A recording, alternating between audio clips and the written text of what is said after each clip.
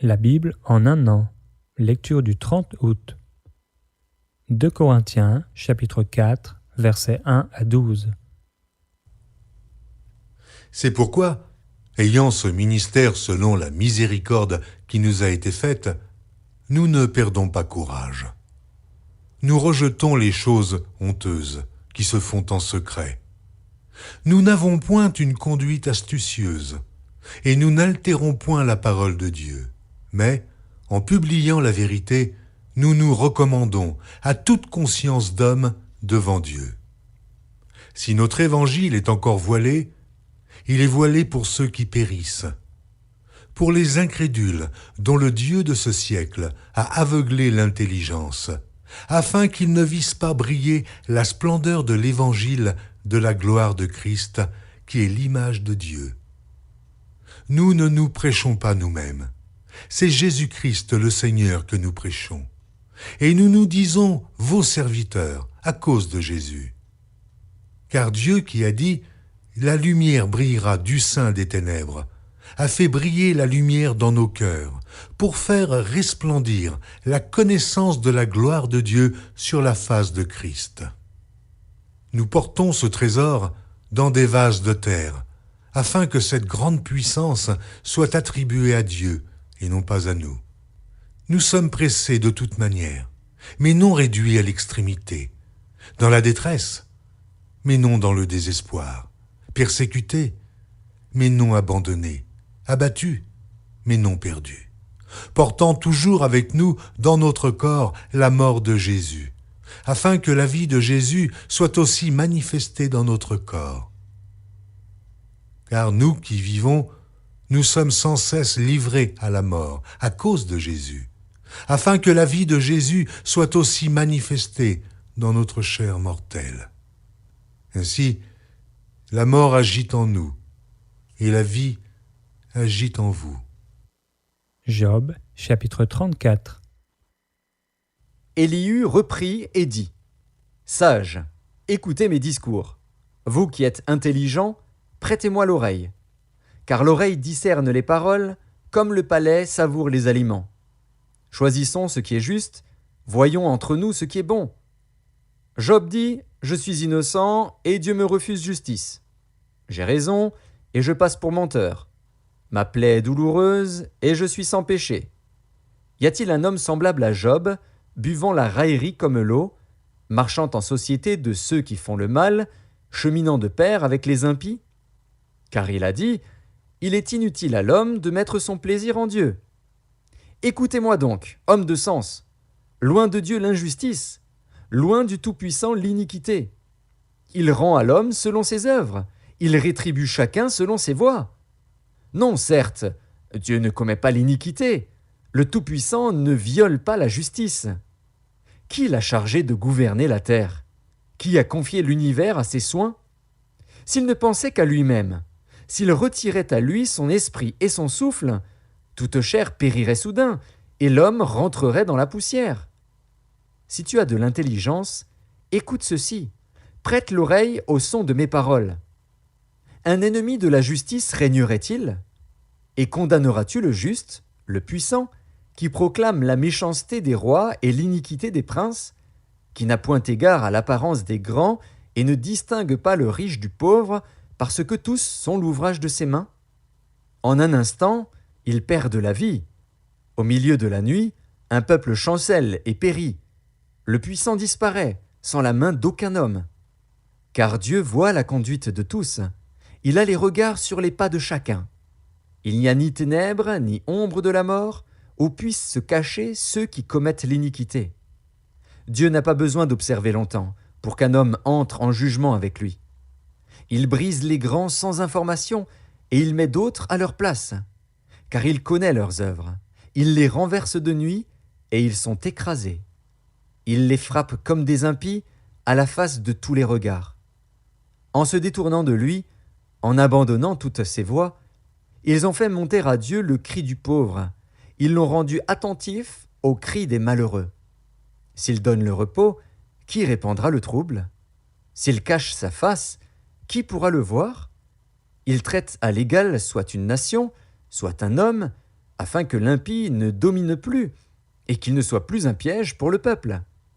Car a-t-il jamais dit à Dieu « J'ai été châtié, je ne pécherai plus. Montre-moi ce que je ne vois pas. Si j'ai commis des injustices, je n'en commettrai plus. » Est-ce d'après toi que Dieu rendra la justice? C'est toi qui rejettes, qui choisis, mais non pas moi. Ce que tu sais, dis-le donc. Les hommes de sens seront de mon avis. Le sage qui m'écoute pensera comme moi. Job parle sans intelligence, et ses discours manquent de raison. Qu'il continue donc à être éprouvé, puisqu'il répond comme font les méchants. Car il ajoute à ses fautes de nouveaux péchés. Il bat des mains au milieu de nous, il multiplie ses paroles contre Dieu. Job, chapitre 35. Élihu reprit et dit : Imagines-tu avoir raison? Penses-tu te justifier devant Dieu quand tu dis : Que me sert-il? Que me revient-il de ne pas pécher? C'est à toi que je vais répondre, et à tes amis en même temps. Considère les cieux et regarde. Vois les nuées, comme elles sont au-dessus de toi. Si tu pèches, quel tort lui causes-tu? Et quand tes péchés se multiplient, que lui fais-tu? Si tu es juste, que lui donnes-tu? Que reçoit-il de ta main? Ta méchanceté ne peut nuire qu'à ton semblable, ta justice n'est utile qu'au Fils de l'homme. On crie contre la multitude des oppresseurs, on se plaint de la violence d'un grand nombre. Mais nul ne dit : Où est Dieu, mon Créateur, qui inspire des chants d'allégresse pendant la nuit, qui nous instruit plus que les bêtes de la terre et nous donne l'intelligence plus qu'aux oiseaux du ciel? On a beau crier alors, Dieu ne répond pas, à cause de l'orgueil des méchants. C'est en vain que l'on crie. Dieu n'écoute pas, le Tout-Puissant n'y a point égard. Bien que tu dises que tu ne le vois pas, ta cause est devant lui. Attends-le. Mais, parce que sa colère ne sévit point encore, ce n'est pas à dire qu'il ait peu souci du crime. Ainsi Job ouvre vainement la bouche, il multiplie les paroles sans intelligence. Job, chapitre 36. Élihu continua et dit : Attends un peu, et je vais poursuivre, car j'ai des paroles encore pour la cause de Dieu. Je prendrai mes raisons de haut, et je prouverai la justice de mon Créateur. Sois-en sûr, mes discours ne sont pas des mensonges, mes sentiments devant toi sont sincères. Dieu est puissant, mais il ne rejette personne. Il est puissant par la force de son intelligence. Il ne laisse pas vivre le méchant, et il fait droit aux malheureux. Il ne détourne pas les yeux de dessus les justes. Il les place sur le trône avec les rois. Il les y fait asseoir pour toujours, afin qu'ils soient élevés. Viennent-ils à tomber dans les chaînes? Sont-ils pris dans les liens de l'adversité? Il leur dénonce leurs œuvres, leurs transgressions, leur orgueil. Il les avertit pour leur instruction. Il les exhorte à se détourner de l'iniquité. S'ils écoutent et se soumettent, ils achèvent leurs jours dans le bonheur, leurs années dans la joie. S'ils n'écoutent pas, ils périssent par le glaive, ils expirent dans leur aveuglement. Les impies se livrent à la colère, ils ne crient pas à Dieu quand il les enchaîne. Ils perdent la vie dans leur jeunesse, ils meurent comme les débauchés. Mais Dieu sauve le malheureux dans sa misère, et c'est par la souffrance qu'il l'avertit. Il te retirera aussi de la détresse pour te mettre au large, en pleine liberté, et ta table sera chargée de mets succulents. Mais si tu défends ta cause comme un impie, le châtiment est inséparable de ta cause. Que l'irritation ne t'entraîne pas à la moquerie, et que la grandeur de la rançon ne te fasse pas dévier. Tes cris suffiraient-ils pour te sortir d'angoisse, et même toutes les forces que tu pourrais déployer? Ne soupire pas après la nuit, qui enlève les peuples de leur place. Garde-toi de te livrer au mal, car la souffrance t'y dispose. Dieu est grand par sa puissance. Qui saurait enseigner comme lui? Qui lui prescrit ses voies? Qui ose dire « Tu fais mal » ? Souviens-toi d'exalter ses œuvres, que célèbrent tous les hommes. Tout homme les contemple, chacun les voit de loin. Dieu est grand, mais sa grandeur nous échappe. Le nombre de ses années est impénétrable. Il attire à lui les gouttes d'eau, il les réduit en vapeur et forme la pluie. Les nuages la laissent couler, ils la répandent sur la foule des hommes. Et qui comprendra le déchirement de la nuée, le fracas de sa tente? Voici, il étend autour de lui sa lumière, et il se cache jusque dans les profondeurs de la mer. Par ses moyens, il juge les peuples, et il donne la nourriture avec abondance. Il prend la lumière dans sa main, il la dirige sur ses adversaires. Il s'annonce par un grondement. Les troupeaux pressentent son approche. Psaume, chapitre 44, versets 1 à 8. Au chef des chantres des fils de Corée, cantique. Ô Dieu, nous avons entendu de nos oreilles, nos pères nous ont raconté les œuvres que tu as accomplies de leur temps, au jour d'autrefois.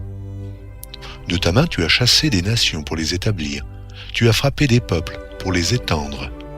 Car ce n'est point par leur épée qu'ils se sont emparés du pays, ce n'est point leur bras qui les a sauvés. Mais c'est ta droite, c'est ton bras, c'est la lumière de ta face, parce que tu les aimais. Ô Dieu, tu es mon roi, ordonne la délivrance de Jacob.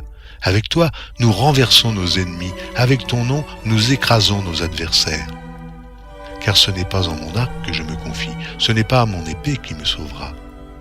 Mais c'est toi qui nous délivres de nos ennemis et qui confonds ceux qui nous haïssent. Proverbe, chapitre 22, versets 10 à 12. Chasse le moqueur, et la querelle prendra fin. Les disputes et les outrages cesseront. Celui qui aime la pureté du cœur et qui a la grâce sur les lèvres a le roi pour ami. Les yeux de l'Éternel gardent la science, mais il confond les paroles du perfide.